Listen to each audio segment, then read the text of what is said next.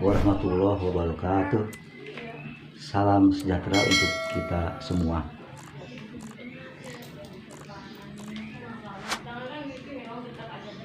Saudara-saudara yang saya hormati, pada kesempatan ini saya ingin menyampaikan pengalaman-pengalaman saya pada saat mencari dan terus mencari pemahaman tentang hidup dan kehidupan. Setelah sekian lama saya mencari ke berbagai tempat dan orang-orang yang saya temui, banyak pelajaran-pelajaran yang saya petik berkaitan dengan kespiritualan atau kehidupan, atau mempelajari tentang arti, makna, dan tujuan hidup dengan segala sebab dan akibatnya. Pada awalnya saya mencari dalam sekian lama, maka dapat saya susun sebagai berikut. Semula saya bertanya tentang hidup saya pribadi, bahwa hidup saya adalah dihidupkan oleh Yang Maha Hidup, Allah, Tuhan Yang Maha Esa. Sebagai perantaranya adalah kedua orang tua, ibu dan bapak. Selanjutnya saya merenung berpikir,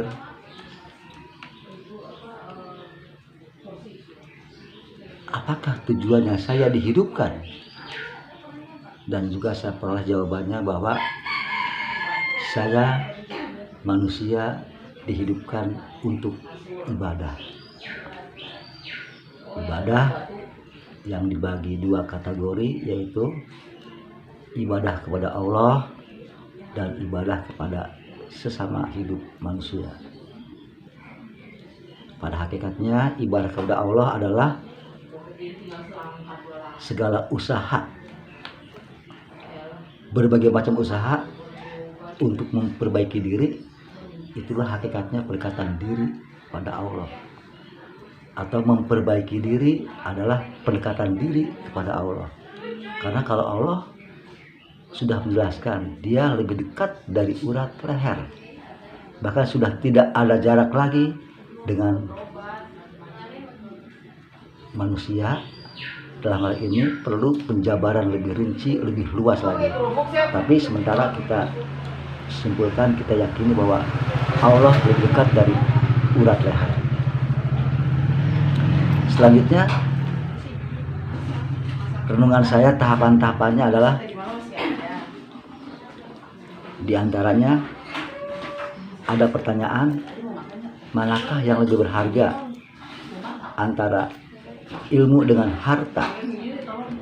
Itu ada jawabannya bahwa nomor 1 adalah ilmu, nomor 2 ilmu, nomor 3 ilmu, dan nomor 4 harta. Di sini artinya bahwa betapa pentingnya kita mencari ilmu.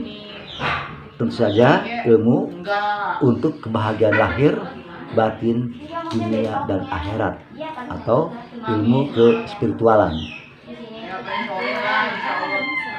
Selanjutnya saya berusaha bahwa jalan untuk menuju ke surga diibaratkan harus melalui jembatan, yang mana jembatan itu digambarkan sebagai rambut dibelah 7, yang artinya betapa sulitnya kita mencapai hidup kebahagiaan lahir batin, dunia akhirat, atau mencapai surga. Tapi di samping betapa sulitnya, juga betapa mudahnya jalan ke surga itu diibaratkan bisa secepat kilat. Jawaban-jawaban ini saya peroleh dari sumber-sumber yang meyakinkan,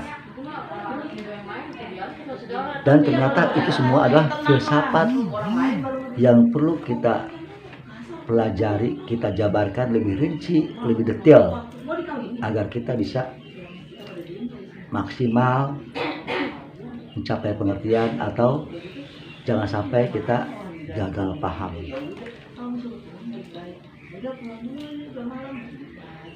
Jadi di antara jalan untuk menuju kebahagiaan itu, landasannya adalah mutlak kita harus punya jiwa jujur, sabar, tawakal, ikhlas, dan rasa kasih sayang.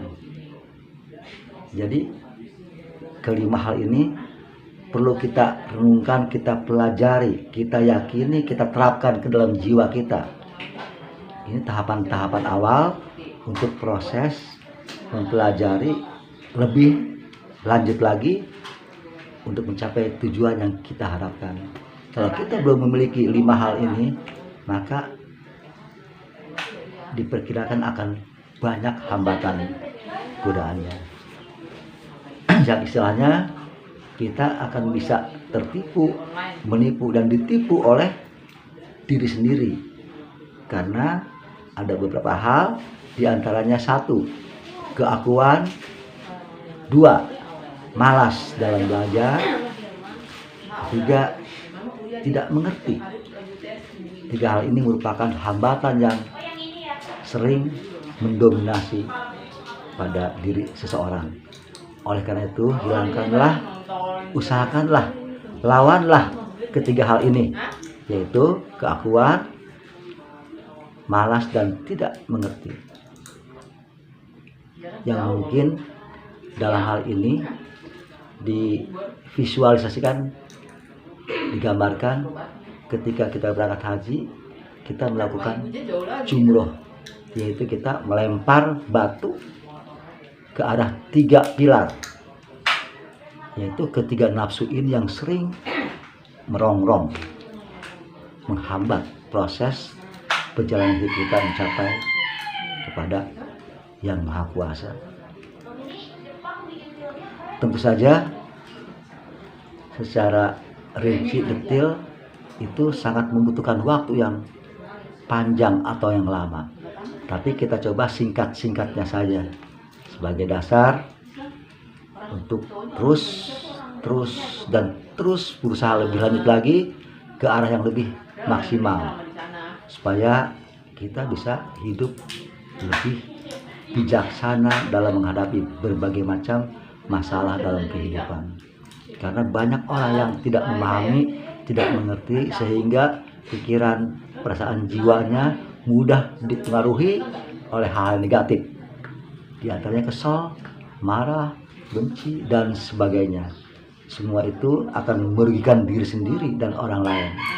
Oleh karena itu, sebaiknya kita berusaha dengan istilah pendekatan diri pada Allah, atau hakikatnya adalah memperbaiki diri, yaitu kita memperbaiki pikiran, perasaan, ucap, sikap kita berlandaskan jujur, sabar, tawakal, ikhlas, dan kasih sayang.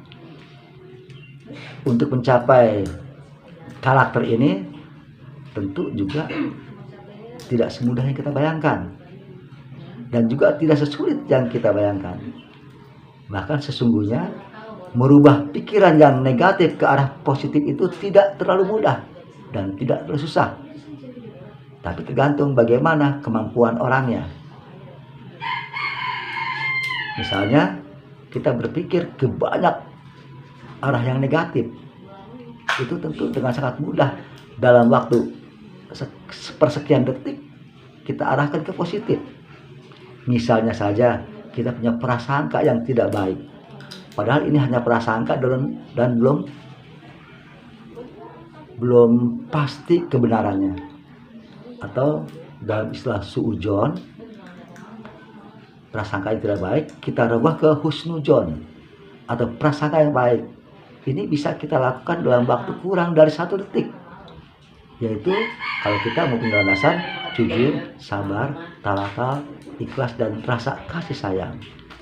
Ini tentu saja membutuhkan pemahaman-pemahaman, belajar dalam waktu yang relatif lama, panjang. Tidak cukup bisa dipelajari dalam waktu 1 jam atau 1 hari atau 1 minggu atau 1 bulan. dan seterusnya. Itu tergantung dari diri sendiri dan juga tentunya dengan izin Allah. Kemudian saya pernah merenung bahwa betapa banyak orang yang ucap sikapnya, pikiran perasaannya, saya lihat menggambarkan tentang keegoannya, keakuannya, kenegatifannya. Dan jawabannya adalah, engkau jangan terlalu banyak memikirkan orang lain, pikirkanlah dirimu sendiri. Sedangkan buat orang lain itu Allah lebih tahu, Allah lah yang maha menentukan. Sedangkan coba kamu berbalik ke arah diri sendiri, berbanyak ke dalam diri sendiri, perbaiki diri sendiri. Apabila kebaikan yang kamu peroleh semakin banyak, lebih banyak lagi, maka engkau bisa menyampaikan kepada orang lain yang terdekat hingga yang terjauh sesuai dengan porsi kapasitas kita sendiri. Oleh karena itu, banyaklah kita berusaha mempelajari tentang kespiritualan, kebaikan yang kita pancarkan nanti kepada orang terdekat adalah keluarga, saudara, tetangga, dan seterusnya. Jadi dengan landasan-landasan jujur, sabar, tawakal, ikhlas, dan rasa kasih yang tadi, terus kita mempelajari lebih banyak lagi. Saya pernah berpikir, apabila kita tidak punya perhatian kepada anak yatim, itu kita bisa dikatakan dusta kepada agama. Demikian juga kita tidak mau menolong orang fakir miskin, juga disebut dosa kepada agama. Kemudian juga yang lain-lainnya, apabila kita berbuat baik kepada orang miskin, yatim piatu, dan lain sebagainya. Kemudian yang lain-lain itu kita ibaratkan semua nilainya baik atau 100. Tapi hati-hati kepada kedua orang tua. Karena ridho Allah adalah ada pada keriduan kedua orang tua, dan murka Allah adalah ada pada kemurkaan kedua orang tua. Artinya semua amal kita menjadi nol apabila kedua orang tua tidak ridho kepada kita. Itu salah satu gambaran bahwa betapa banyak yang perlu kita pelajari, kita pahami dalam kehidupan ini, agar kita tidak mudah tertipu, menipu, atau ditipu oleh diri sendiri. Sebagaimana pelajaran bahwa malaikat tidak akan masuk ke rumah yang ada gambarnya. Itu saya merenung bahwa di sini hakikatnya adalah kebaikan tidak akan masuk ke dalam jiwa seseorang apabila jiwanya itu penuh dengan angan-angan. Angan-angan sini tentu saja angan-angan yang bertentangan dengan kespiritualan.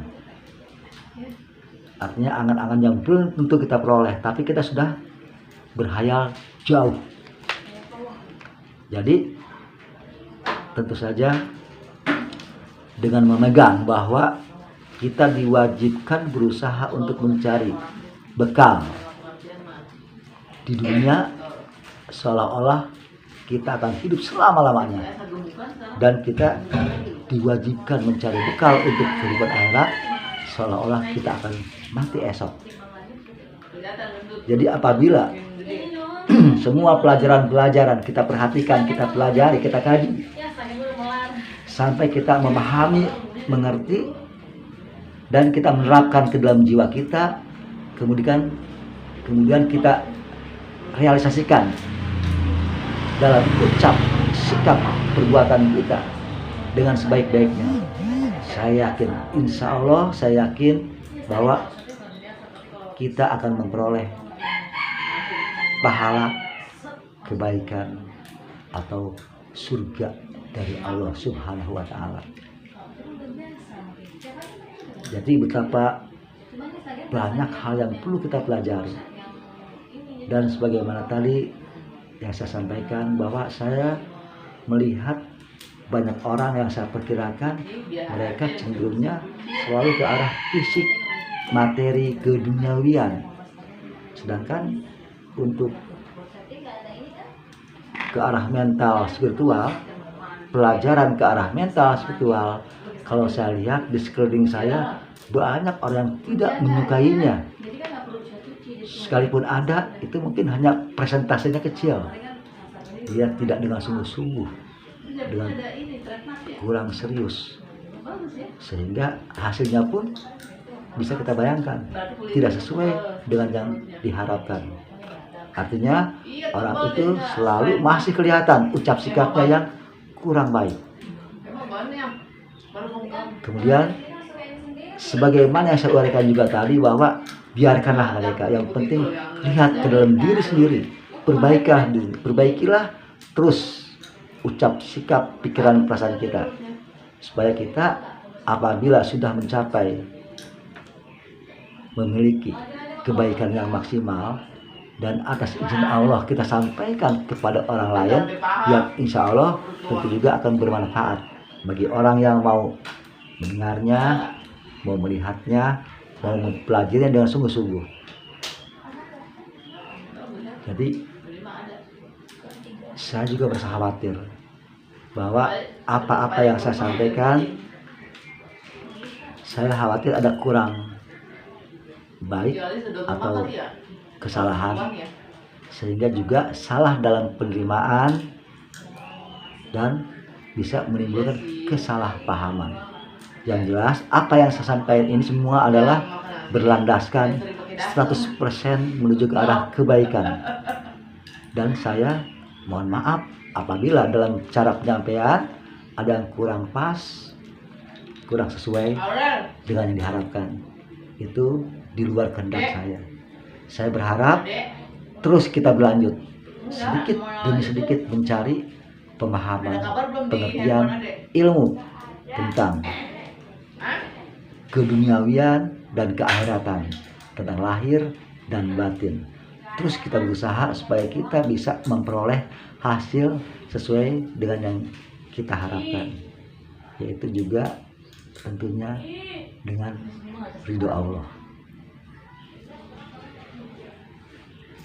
Sementara ini sedikit-sedikit